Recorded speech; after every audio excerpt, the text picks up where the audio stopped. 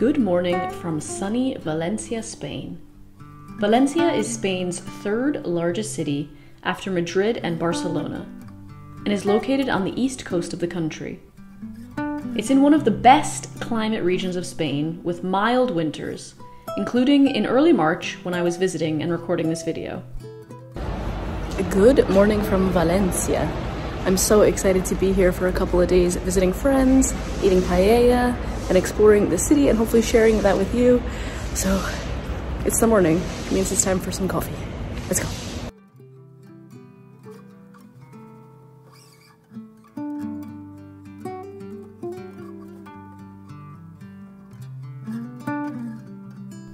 After fueling up with what can only be described as the best cup of coffee I've had in all of Spain, I headed for an adventure at the Valencia Cathedral. Originally consecrated in 1238, the construction of this cathedral went on for centuries. That's why you'll spot Romanesque, neoclassical, Baroque, Gothic, and Renaissance architecture throughout the cathedral. You have two options to choose from when visiting the cathedral. You can pay a general admission to walk inside and around the cathedral for €5, or you can pay €2.50 and skip the interior of the cathedral to climb into the bell tower. I opted for the cheaper, more labor-intensive option.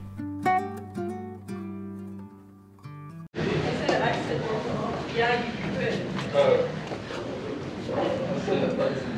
205 steps. That's not so many.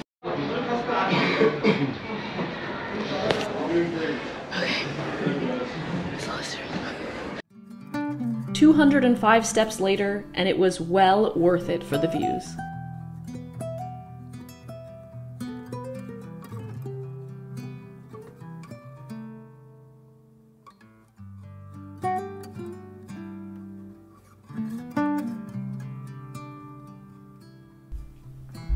After descending back down the stairs, I headed out to explore the downtown area of Valencia, to admire cool street art, narrow cobbled streets, and beautiful architecture. One of the best areas to see street art is around the Plaza del Carmen area.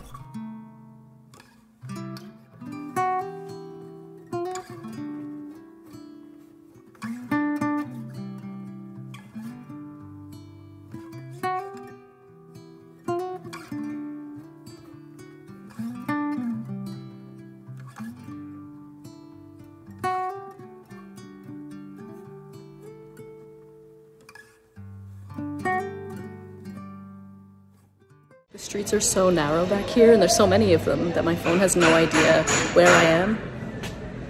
So I'm forced to just get lost and enjoy the sounds and sights of the back alleys of Valencia.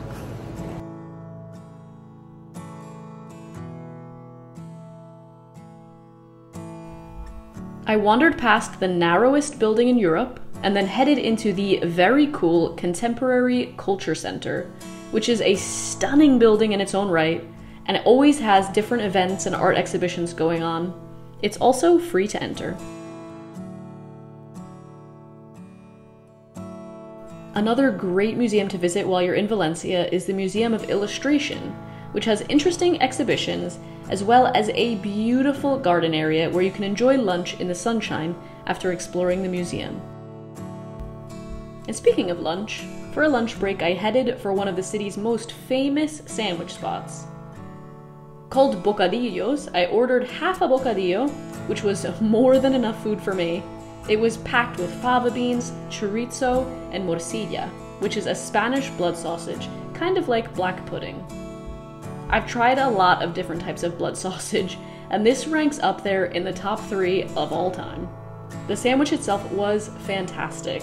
The beer was ice cold, and the service was friendly.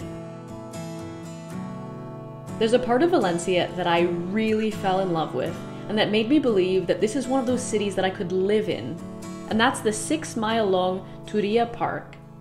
The park used to be a river, but after a horrible flood in 1957, the river was drained and is now a huge green space. On my first day in Valencia, I strolled through it in the sunshine, and on my last day in Valencia, I went for a run with my friends through it.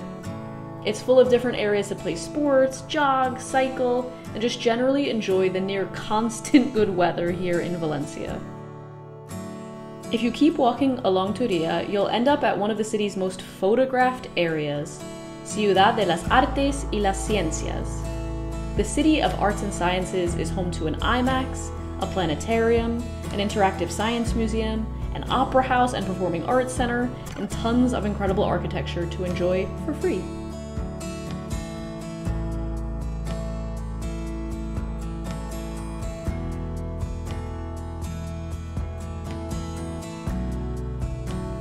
Another site that you don't want to miss while exploring Valencia is the Central Market. The public market is one of the best examples of a Valencia Art Nouveau, and is also where you can head for pretty much any type of food you can think of. From fresh produce to cured meats, cheese, raw meats, and I even stocked up on a few Mexican ingredients I spotted, like dried chilies and achiote paste.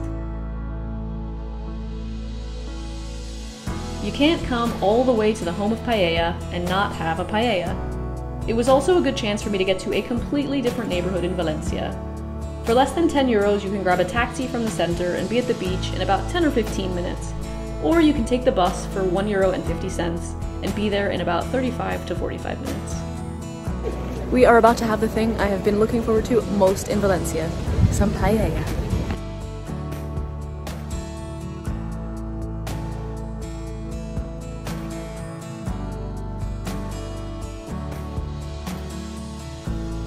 Since there were 3 of us, we decided to get 2 different types of paella.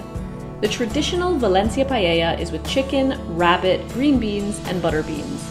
Then we had a seafood paella, and I have to say, I prefer the traditional one. I hope you enjoyed exploring Valencia with me. This is one of those cities that immediately made me feel at home, made me understand why so many expats are flocking here, and made me want to book a return trip. It's a city with an outdoor lifestyle, great food, nice people, and even nicer weather. If you enjoyed this video, please give it a thumbs up. It really supports my channel. Thanks as always for watching, and I will see you next time. Bye!